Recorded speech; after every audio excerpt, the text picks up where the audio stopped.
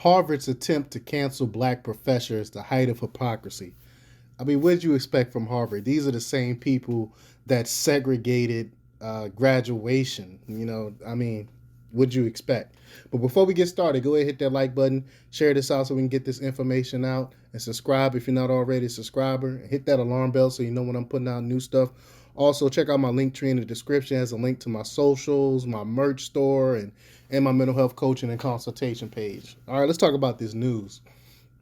In the summer of 2022, in the summer of 2020, after the sensationalized killing of George Floyd burned the words Black Lives Matter onto America's streets and television screens, American institutions of higher learning turned to their offices of diversity, equity, and inclusion to pledge loyalty to the African American community with cookie cutter press releases and affirmations. And I always say I never consider myself African American. I don't know. I don't know anyone from Africa. My family from Africa. I'm with the belief that my people were already here with some of the people that were already here before they landed. They landed here, but I digress. Harvard University, known as the beacon of American higher education, led the way. Quote, our community stands united in doing everything we can to be agents of anti-racist social transformation, wrote the Dean of Harvard School of Public Health. The Dean of Harvard College echoed that statement, quote, we stand with our black alumni, our black faculty, our black staff, our black students, and others. We unequivocally state our belief that Black Lives Matter. Harvard's actions didn't match his rhetoric. What would you expect? I mean, this whole Black Lives Matter stuff is bullcrap anyway. But just as the Black Lives Matter movement was gaining national prominence, a witch hunt style cancellation of Harvard's most prominent and promising black professor was taking place.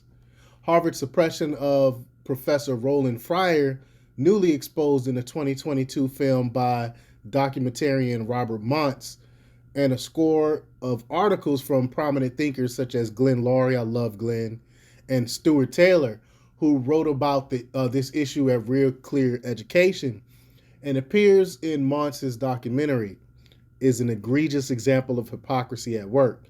Montz's documentary was screened this month at the old Parkland Conference in Dallas, where scores of black academics, including Fryer himself, gathered to discuss social mobility, race in America, and other pressing issues. And I did a video on that conference. The story must have seemed to be believed because Fryer is exactly the type of academic who elite institutions claim to champion. Abandoned by his mother shortly after birth and raised by his alcoholic father, his arrival and accomplishments at Harvard an incredible success story. I mean, I love that story. Fryer built a storied career using quantitative social science and common sense to investigate societal stuff such as social effects of acting white among black students. It's a real thing, and the impact of racial bias in police shootings. You might be surprised as Fryer himself was. His work on America's most hot button issues earned him headlines and accolades, MacArthur Genius Fellowship, honorary status from the Time magazine, and the Clark Medal, making him the first African American to win it.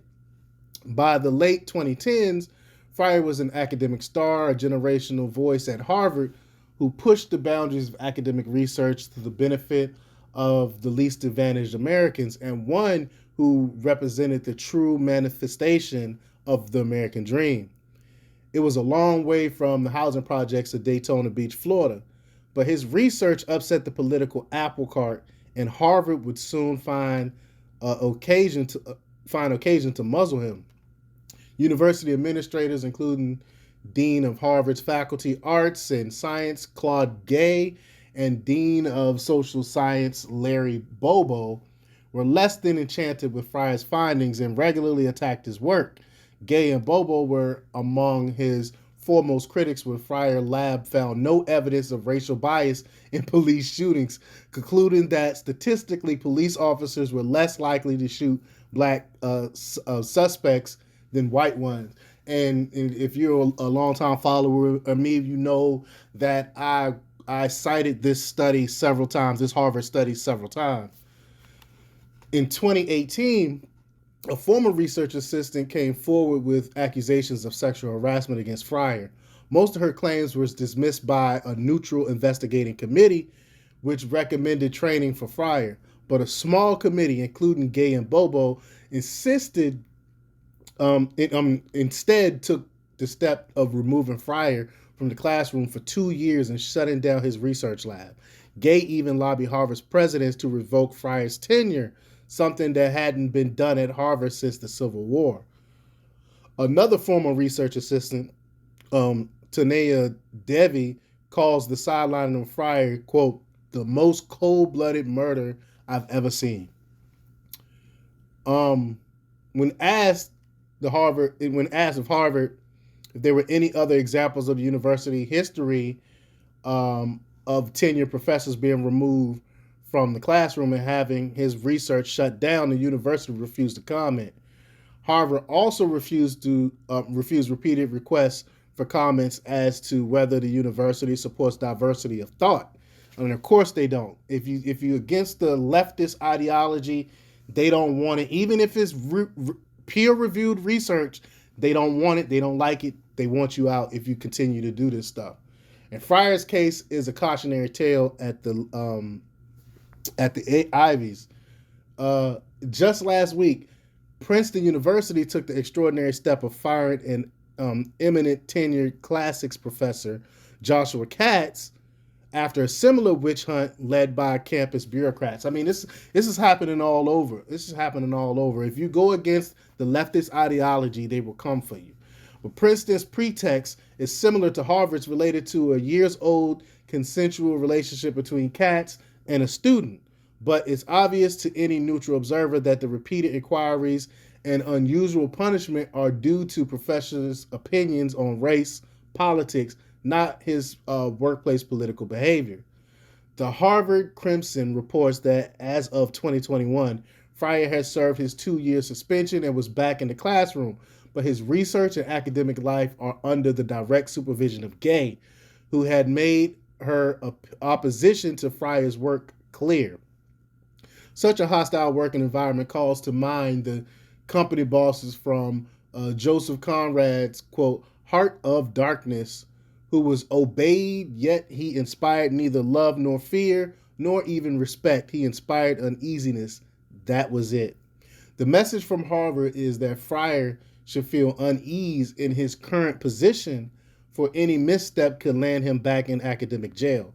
The chill of this potential punishment must affect the research of Fryer's is now that he's now conducting, robbing his students and the American public of an opportunity to learn more about our most complex social problems. This is just wrong. Harvard is not alone on this campus censorship, but the institution is symbolic because it is America's foremost center of learning and research. The university have suppressed its most prominent economists and now refuses to say whether it supports diversity of thought. Donors and alumni should take note. Well, they probably won't. But let me know what you think. Leave your comments down below. Like, share, and subscribe. And check out democrepublics.com for the latest in news. Until next time, peace.